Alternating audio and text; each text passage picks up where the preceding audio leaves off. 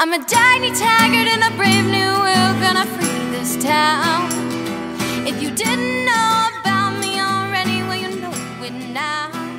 Hi, and welcome to my channel. I'm Objectivist Girl, if you haven't met me already, and that was my song, Shrug, which will hopefully be in Atlas Shrugged Part 3, the movie. Behind me, you'll see the Free State Project flag, because I'm filming at the Free State Project headquarters in New Hampshire.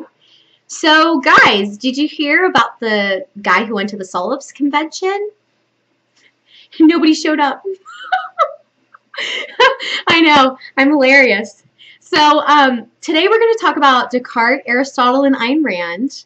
Descartes wrote a very famous essay called Cogito ergo sum, which means I think, therefore I am. So we're going to talk a little bit about that today. The issue between Descartes and Aristotle is that Descartes believes that you can only prove your own existence. So Descartes falls under the issue of excluded middle. Excluded middle states that there's no middle position between two contradictory positions. So therefore, X or not X, there is no in between X and not X. So either existence exists or it doesn't exist. There's no I exist but other people don't exist. Because he can prove his own existence, he's therefore by default proving everyone else's existence. So that is the biggest difference, in my opinion, between Aristotle and Descartes' metaphysical points of view. So Descartes also has a very famous dream argument in which he argues that we can't know reality from dream state. Therefore, there's no way to define what reality actually is. Ayn Rand and Aristotle would disagree with this. They argue that anything that falls within logical reality, which would mean that it follows reality's rules, is reality and not dream state. Dream state is only when you can defy the laws of reality and logic. On the Aristotelian view, the soul is the principle of life, that which distinguishes a living thing from a dead thing. It is also taken to be the form that pertains to the living body. The mind is the rational part of the soul, that which characterizes humans and not usually considered a genuine substance, though by most accounts, with divine aid, it can survive the death of the body. For Descartes, the majority of the vital functions are explained in terms of the physical organization of the organic body. The mind, thus, is not a principle of life, but the principle of thought. It involves reason, as does the rational soul of the Aristotelians.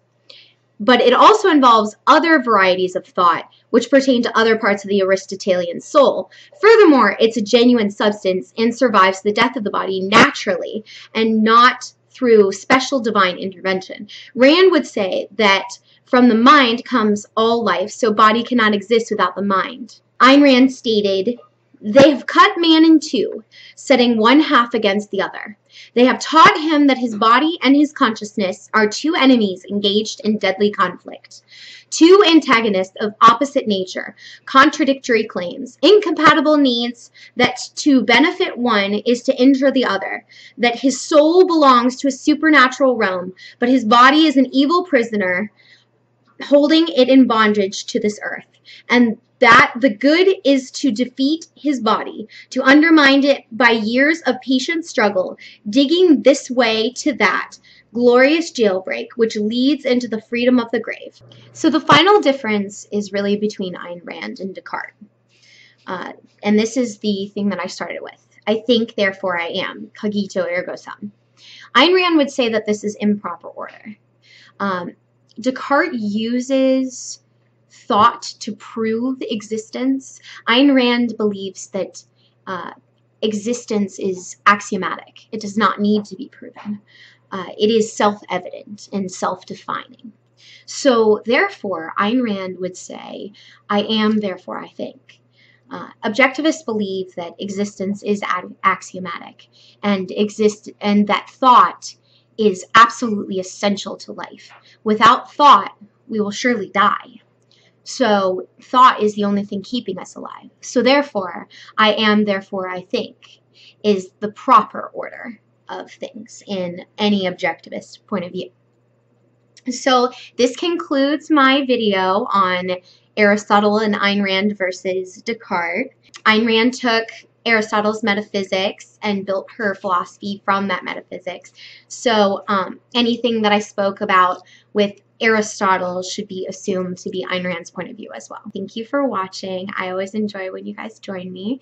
So what do you guys think? Do you think that existence exists, or do you think Descartes had a point in stating that he could only prove his own existence? Leave your comments below. I look forward to hearing them.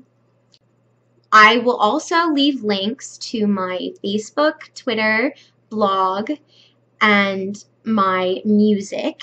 If you want to check out more of my stuff. Always remember, guys, knowledge is not for all men, but for those who seek it. So keep seeking.